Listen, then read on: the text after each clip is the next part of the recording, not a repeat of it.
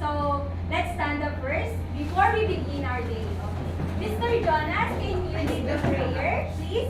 Okay. Can you go in front of us?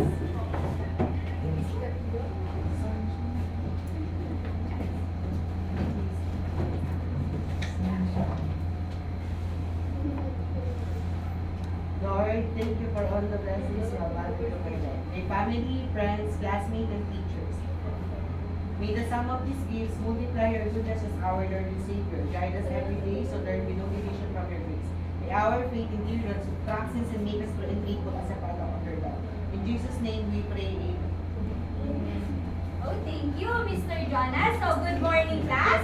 Good morning, ma'am. Okay, before you take your seats, kindly pick all the pieces of paper under your chair and kindly arrange your chair appropriately, please. Okay, thank you for doing that. So, good morning, class. Good morning. So, before I share the classroom rules, let me introduce myself first.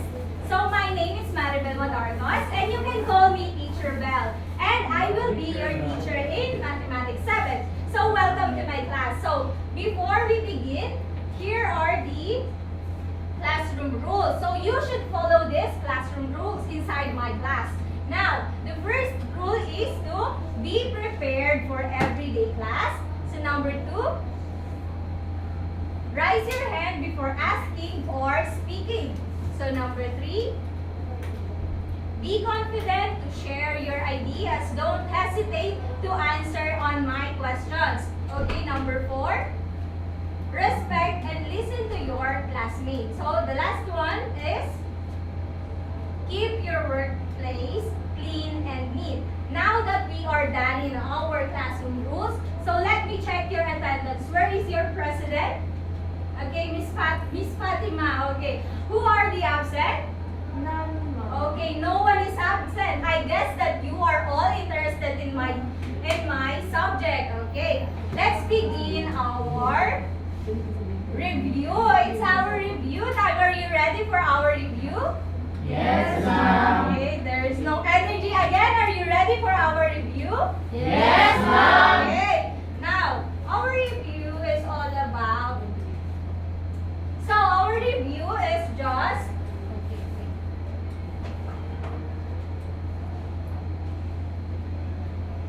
So, every time that I ask a question, you will receive a prize. So, the first question for our review. So, we will just review our last topic. The last topic. So, the last topic is all about what is the last topic?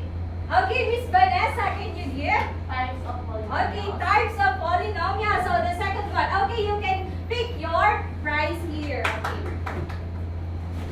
Okay.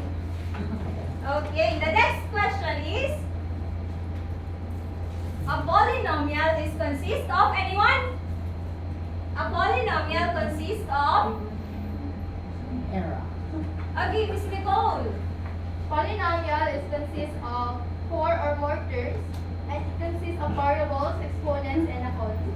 Okay, very good. The next question is, you will pick your prize there. Okay, the next question is, can you give types of polynomials that can be classified based on their terms? What are the polynomials that based on their terms? Okay, Miss Melody.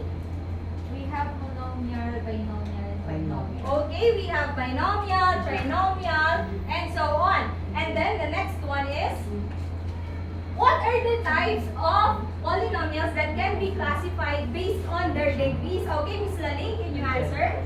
Can you give the answer? What are the polynomials based on their degrees?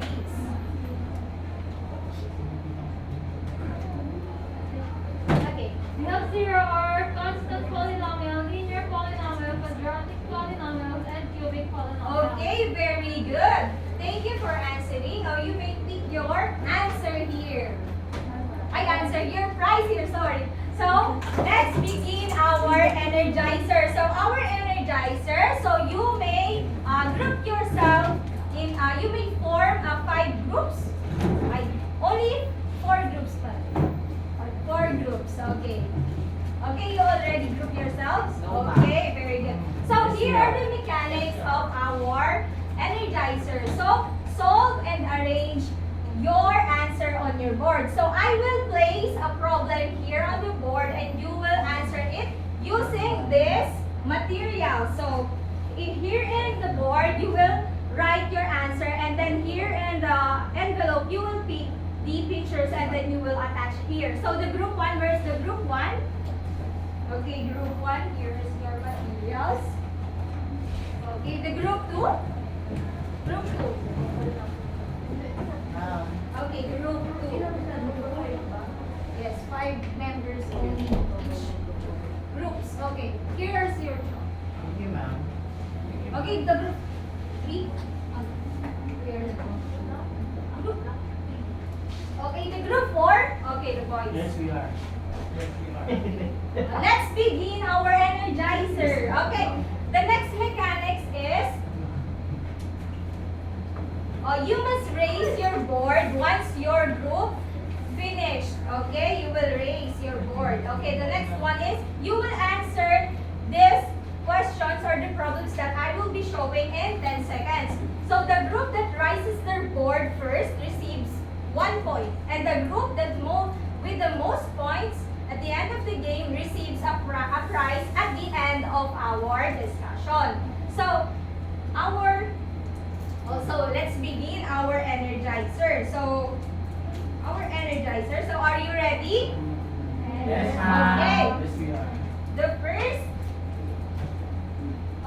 first problem is Mary have 2 avocados plus Mary again have 3 watermelon, and then Kim also have 2 avocados. Now you may start answering. How many fruits does Mary and Kim have? Okay. 1, 2. Okay, group 3 got the first answer. So you may tell the answer. What is the answer? So the answer is 7 because we have 4 avocado and 3 of watermelons, so a total of 7. Okay, very good. We have 4 avocados and we have 3 watermelons. 3 watermelon. Okay. Ay, did you paste Ma'am? the picture? No. No. And the second one to raise their board is group 1. You did not follow the mechanics, Miss Vanessa. So group 1 got the Right, right. Yay. So, Now, our next question is, Try. okay, you may try again, group 3. Okay, the next question is, okay, Lisa is holding 6 apples and 4 apples in her right hand. How many apples does Lisa have? Okay, group 3 got the first question. We have picture now. Okay, how many apples does Lisa carry? 10 10 apples. apples. Okay, Yay! Lisa carried 10 apples. Okay, the next one. Again, what are the scores? Group 1 have 1 point. Group 2 does not have a score. Okay, group 3 got 1 point again. Okay, group 4 and group 2. Okay.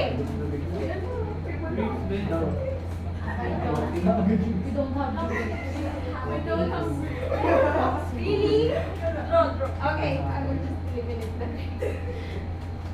You have ano? Strawberry. Okay. Nice.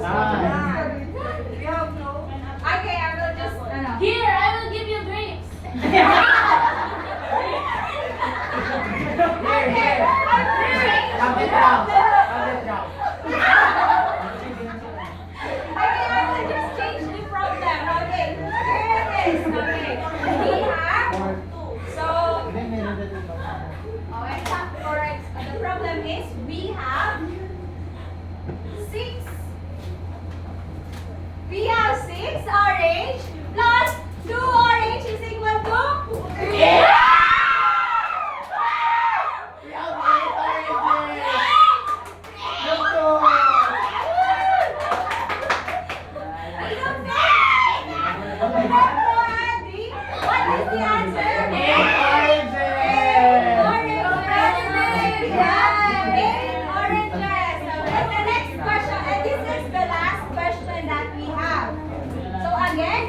has 1 point. Group 3, 1. And group 2 has 1 also. And group 4 is 0. Okay, next. Last question that we have. Okay, the last question that we have. Okay, we have. Just Wait. Okay, we have 2. We have 2 banana plus the quantity of. We have quantity of negative 2 mango plus 2 Four banana and group 3. minus 2 mango, so we have total 2 fruits. Yay! Okay, what are those 2 fruits? We don't know that.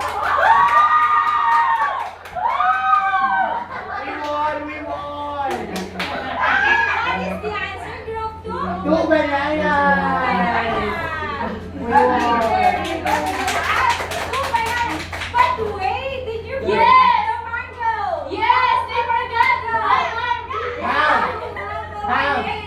I'll explain. Okay, oh, Since you justify your answer. Okay. Since the mango is negative there, so therefore we cannot include the negative mangoes because I sell it. Did you say Ma'am, we cannot include that because it will be our debt. Okay, group 3, can you justify your answer? Right? We need to put that because it's there in the given, right? Okay, Ma'am, how about it's negative mangoes with? Yes, of course. Okay, nasa the quantity. Ma'am, I think dead ball. So we have again the answer is negative. Two mango and two banana. Negative 2 mango. Yes. Ma'am, wait. Ma'am, their answers are... Wait, you're wrong. 5 and you're right. Ma'am. One next question. Stop the going. So the correct answer is negative 2 and 2 banana. So group 3 is the winner. Ma'am, for full answer nila, They put for 4 bananas, yes. Oh. I put 4 bananas. But I explained it properly, right? No, you didn't verify siya sa point. Wait, hindi niya sinabi sa explanation niya.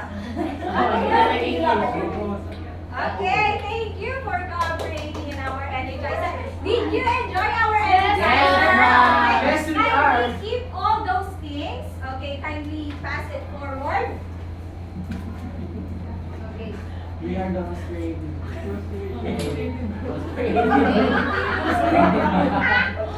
Perfect. Perfect. You have Actually, to sa ano eh, sa Okay. What about the truck? Wait, the truck. Energizer time. Now, congratulations to all of you. Now let's move to our idea board. So who wants to answer? Oh, I can. Okay, every time that I ask a question, you will answer and then you will receive a prize. Now here in our idea board, what did you observe from the activity? Okay, Mr. Nuriel, what did you observe in our activity? So we only had the fruit, the only fruits that Okay. same kind. We add the fruits with the same kind. Okay, very good, Mr. Nuriel. Can you pass the prize? Okay. Okay, next is. Okay, the next question is, how about what are the operations that we use in solving the activity? Okay, Miss Fatima. Addition and Okay, very good. We use addition and subtraction. So number 3 is, can you give process that we did in solving the problem. Okay, Mr. Edwin, can you answer? Ma'am, as we do the activity, we add the number of fruits and then the name of fruits remain. Okay, very good. So I will explain here. So as you can see that here is our numerical coefficient, and this is our variable. So in adding polynomials, we just add the same variable. So in our activity, we did that. We only add the same fruits. So let's begin our discussion, which is adding polynomials. Now, here are the learning objectives that you were able to achieve at the end of our lesson. So the first learning objectives are at the end of this lesson, that you are able to explain the rules of adding polynomials, apply the steps in adding polynomials, and you are able to solve the problems involving the adding polynomials. Now, it is important that we know what are like terms for us to proceed in adding polynomials. Now, like terms, can you read? Who wants to read? Okay, Miss Jaisal. Like terms, the terms that contain the same variable which is raised to the same power is called like terms. Okay.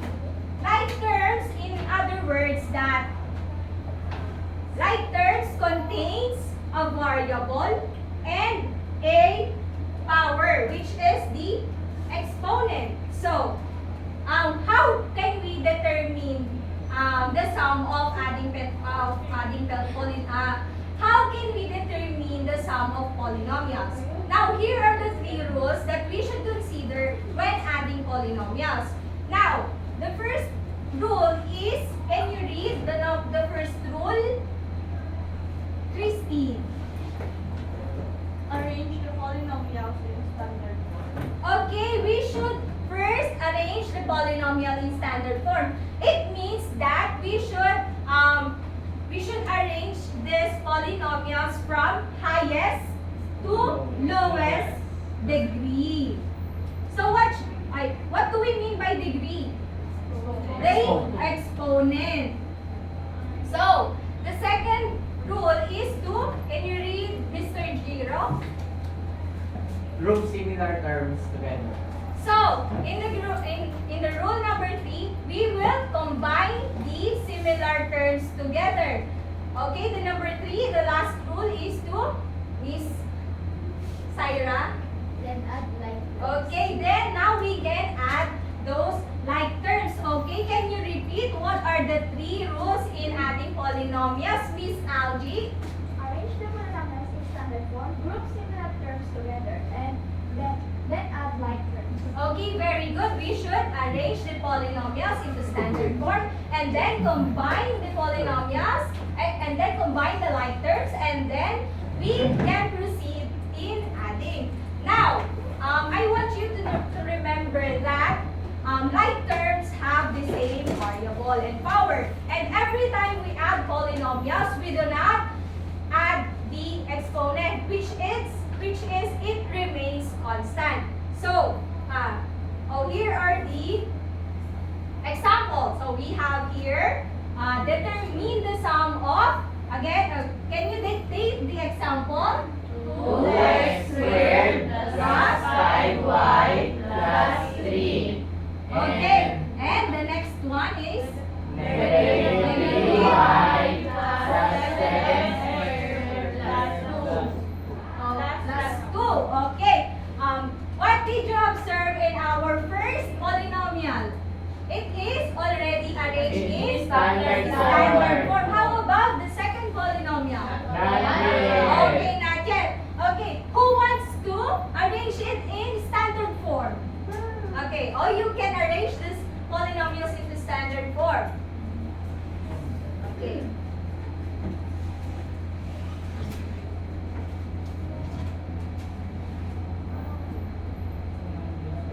Okay, very good. Since that 7x squared is the highest degree, we will put it in here in front. So then it will be followed by the lowest degree and then the constant. Now we have Okay, let me just rewrite it.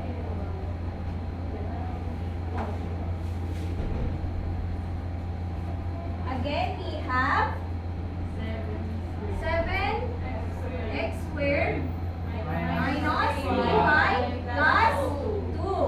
Okay, now the second rule is, let's apply the second rule. What is the second rule? Combine the like terms. Okay, can you identify what are the like terms here? Okay, who wants to identify? Miss Jaisal. Okay, just identify one like term. Okay, remember that like terms. Okay, remember that like terms are the same variable and the same exponent. Okay, the first like terms are squared, and you will just add this. Okay, very good. We have the first like term is 2x squared and 7x squared. Now the third, so I will be the one who will identify the second like terms, which is 5y and minus 3y. And then the constant are 3 plus 2. Now, what is the third rule? Can you give Miss Baby Andrea, what is the third rule? Okay, and let's add the terms. Now, who wants to add the terms? Oh, another hand, another. Who wants? I want the boys at the back to answer. Okay, Mr. Jiro.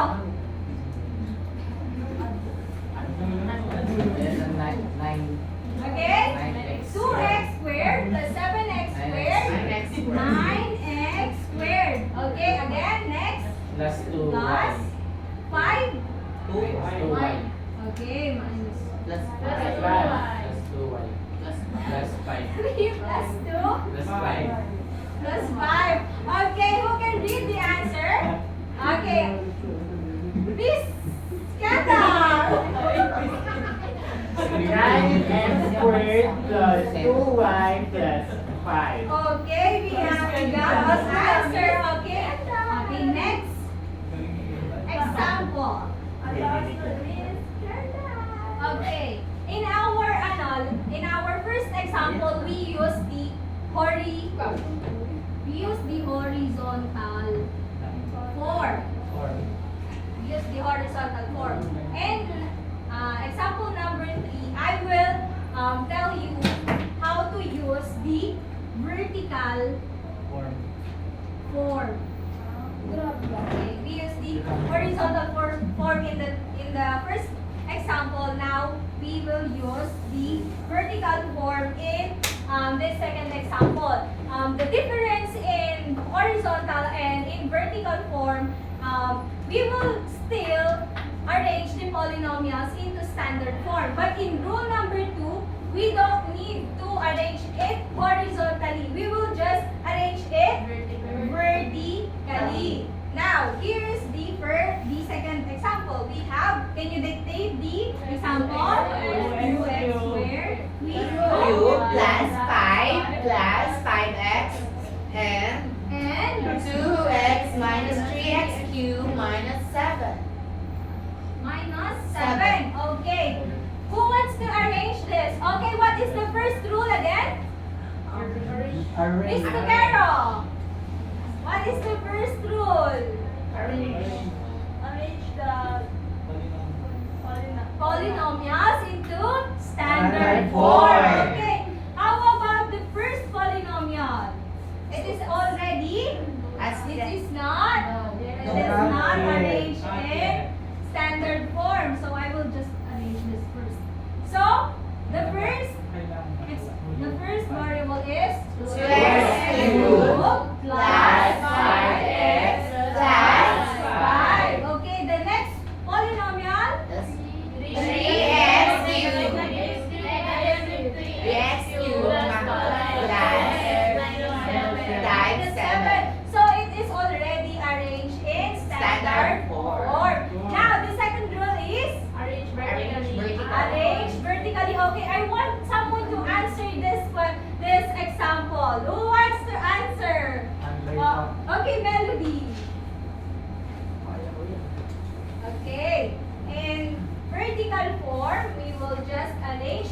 polynomials vertically.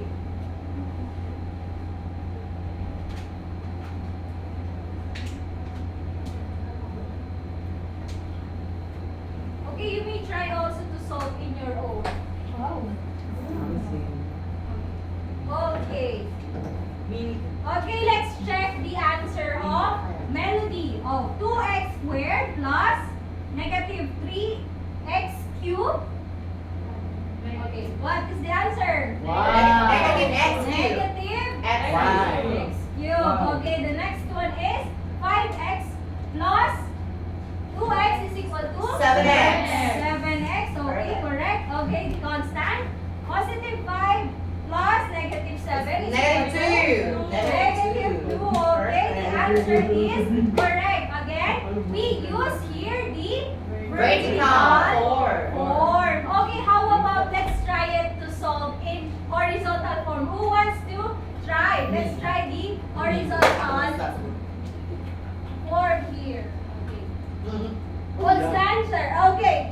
I want Jonas daw another po. person to Here. answer. Jonas daw po. Jonas, Oh, you yeah. want to answer? Yes. Okay. I guess you want to answer. Okay.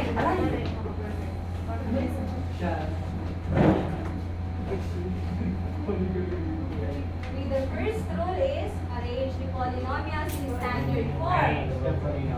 Okay, it is already arranged in standard form. We will just, here, you put your answer here. It is already arranged in standard form, which is this one. It is already arranged in standard form. Minus muna. Last 5x.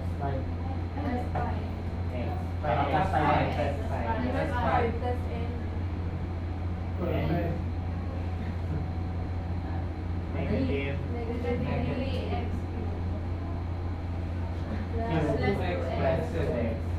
Minus 7. Okay, okay, the second rule is to Combine combine terms. terms. Okay, combine like terms.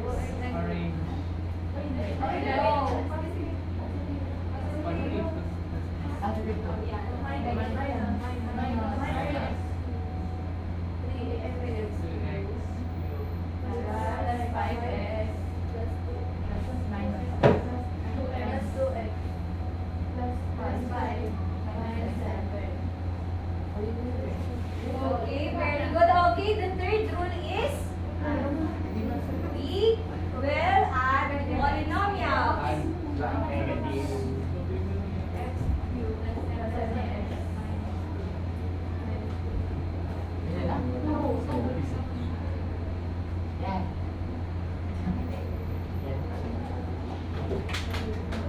Okay, let's check the answer of.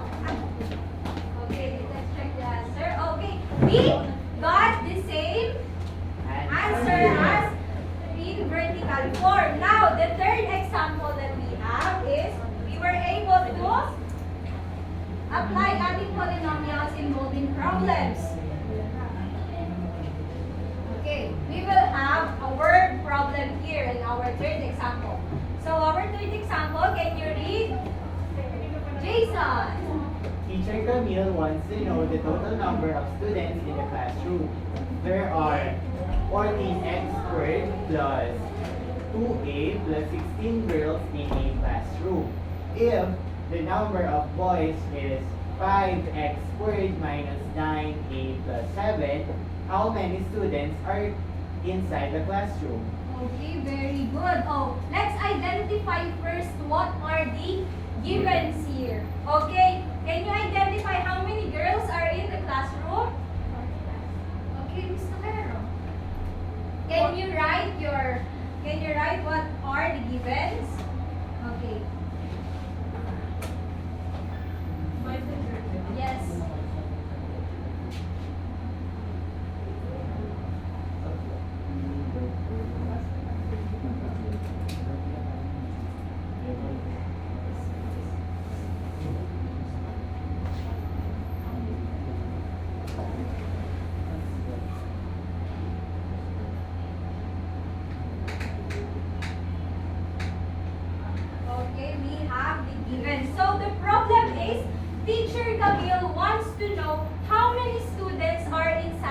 classroom. So who wants to try it to solve in horizontal form? Who wants to try? Miss Renren. Okay. Be ready for the horizontal form. I want another person to answer, to try it. Okay, Miss Baby Andrea wants to try it. Okay, again, horizontal form. Arrange it in standard form. So our given polynomials or expression are already arranged in standard form.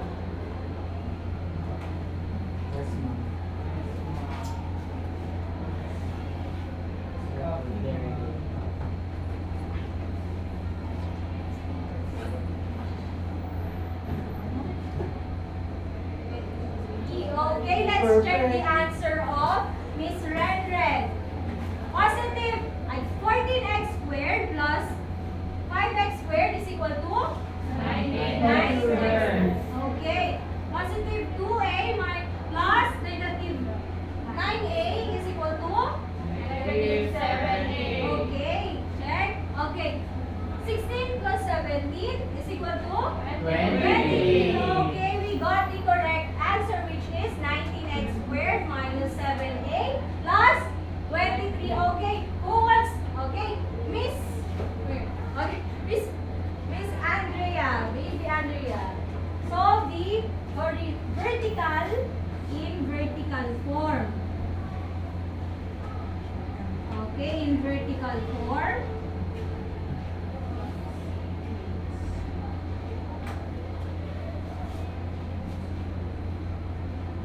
So in vertical form, it is in our example, the polynomials are already in its standard form, and then we will just align the like terms. Now let's check the answer of Miss Baby Andrea.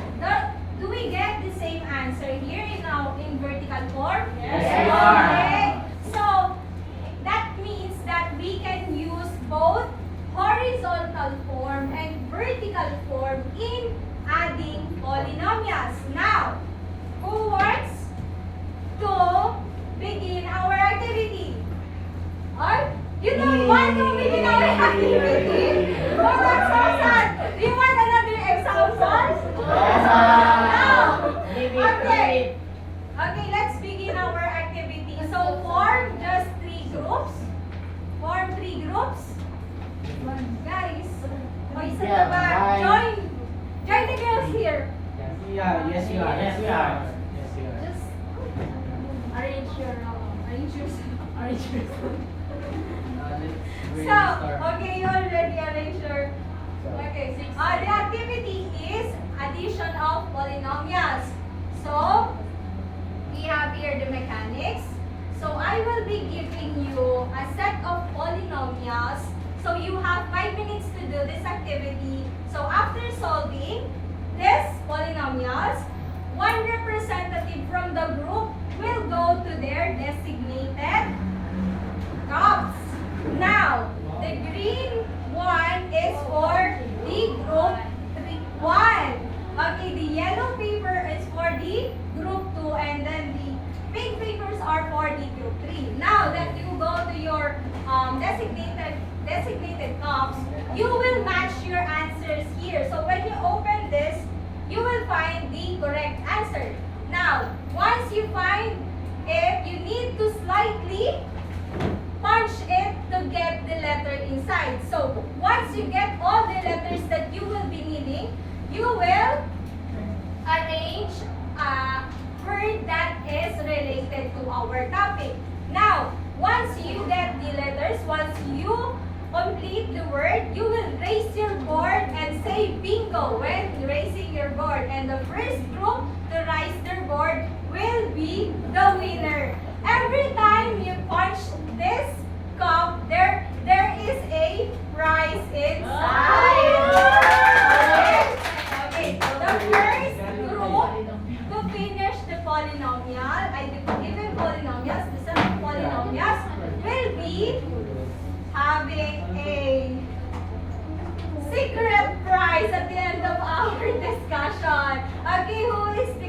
Ready? So, choose your representative first. So, I will know who will go in front of.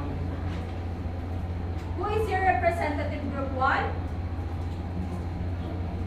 Okay. Red, okay. Group 2 is Jason and group 3 is Algie. Okay. Okay, the group 1, here is your, okay, I will give your paper. No need to stand out. Okay. Okay. We're not starting yet. Okay. Group 2? Oo, this is group 3. We're in group 3. We're group 3. Group We are the group 2. We're group 3. They are the group 3. Okay, you're only. Yes, we are only 3. Okay. I love myself. Okay. Yeah, let's end up here. Okay. You may start now. Yes. You will answer on your paper. On your paper. And you will just put your final answer here. Okay. Just solve the set of polynomials first.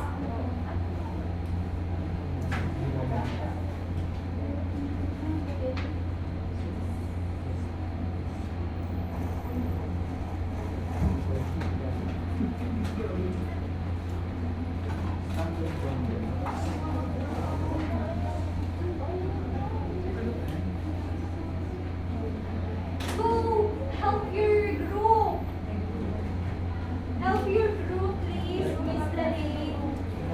Help each other to finish your activity on time.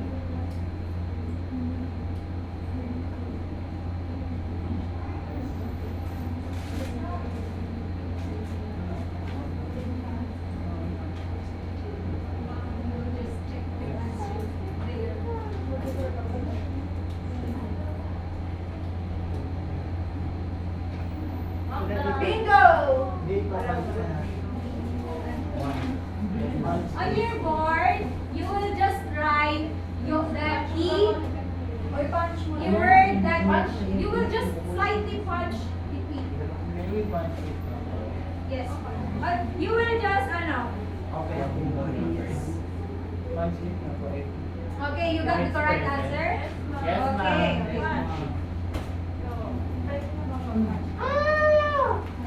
Okay, the group. Okay, okay, how about the group 3? Not yet, ma'am. You already have your answer. Okay, you may punch your answer. Okay, only one representative is allowed in front. Okay, group 3. What happened? We lost. It's not about winning. It's about how you feel. There is a letter inside. There is a letter like this. You will collect the letters. Okay, group 3. What happened to the group 3? You're not done? Failure is not the opposite of success. Okay, you have the correct answer. Okay, wait. Okay, don't. Come on. Di ba naman mag-work? Bird, kunin mo yung nasa loob ng ano. Okay, erase everything on your board and Oh, we're done. oh no, you're not raising your board. You're not done. Okay, I will help you, mister. Ano gagawin? Oh, we're done. Bingo! Did you really check your answer? Yes, ma'am. Yes, ma'am. Yes, we are. Okay. Bingo! Bingo! Bingo! Okay, okay, okay. Wow. First, one. Failure is not the opposite of success. It is part of success. Hindi ba nagmamagay? Okay, sit down first. Please sit down. Sit down, sit down, sit down. Okay, as you can see, that group 2. Okay, quiet. Quiet. Quiet. Okay, as you can see, group 2 got the correct answer. So, what is the word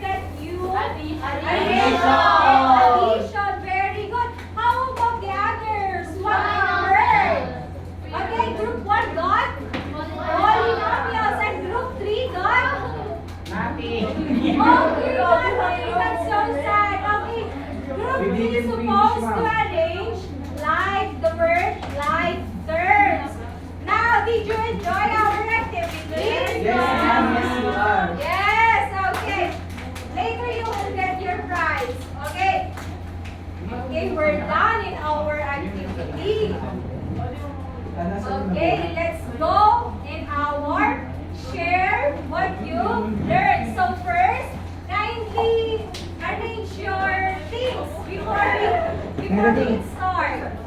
Arrange your things.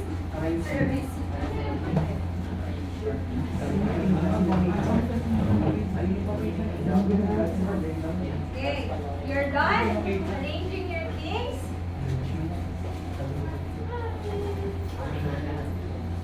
Okay, we're done. Now, share what you learned. So here in our. Okay, the first question is, I will be giving a prize. Oh, just use this. Didn't get your That's your ours. prize. That's Okay, ours. okay. I will just give it to you later. What are the things that you learned in our lesson? Okay, everyone was an idea. Okay, Miss Balasta. I learned how to add polynomials. Okay, very good. She learned how to add polynomials. Okay, the second question is, what are the rules that we should remember in adding polynomials? Give one, Mr. Johnson. Arrange in standard form. Okay, get it. Just check it. Okay, thank you. Okay, the second rule is Mr. L'Oreal, the voice of the back. Did you forget the second rule? I don't know the second rule, but I know the third rule. Okay, just give it to me. Combine the letters. That's the second rule. Ay, okay. Okay, I'm sorry. That's We're not okay. listening now. Okay, Ma'am! and the third rule is Failure is not the Simplify opposite or of adding. okay, very good. I want to pick some.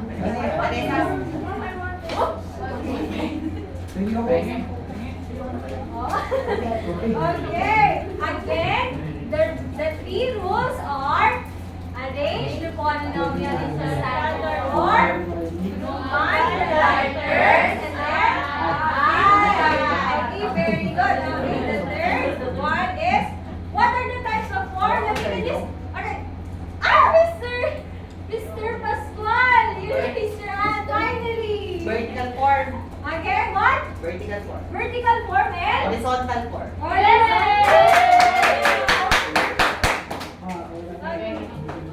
right? Okay, very good. Now, I guess we have the last question. Can I change my price? Lollipop. What do you want? Lollipop. Lollipop. Okay, okay. When adding polynomials, why we should combine the like terms? Anyone? Okay.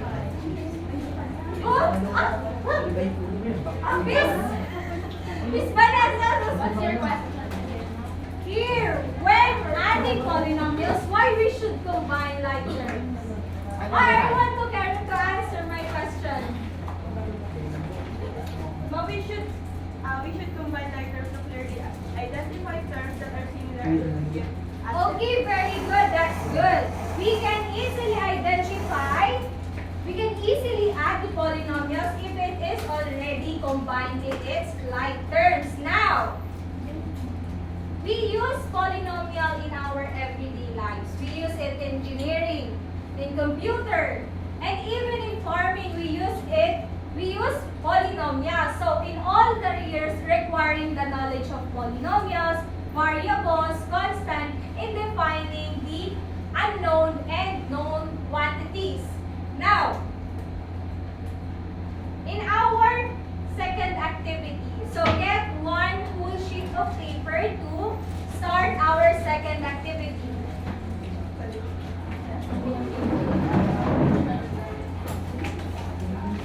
So we already know what are the rules in adding polynomials, and we already know how to consider the rules in adding polynomials. Now, we can proceed into our second activity, which is here. So, direction is simplify each of the given expression. Use any form in adding polynomials.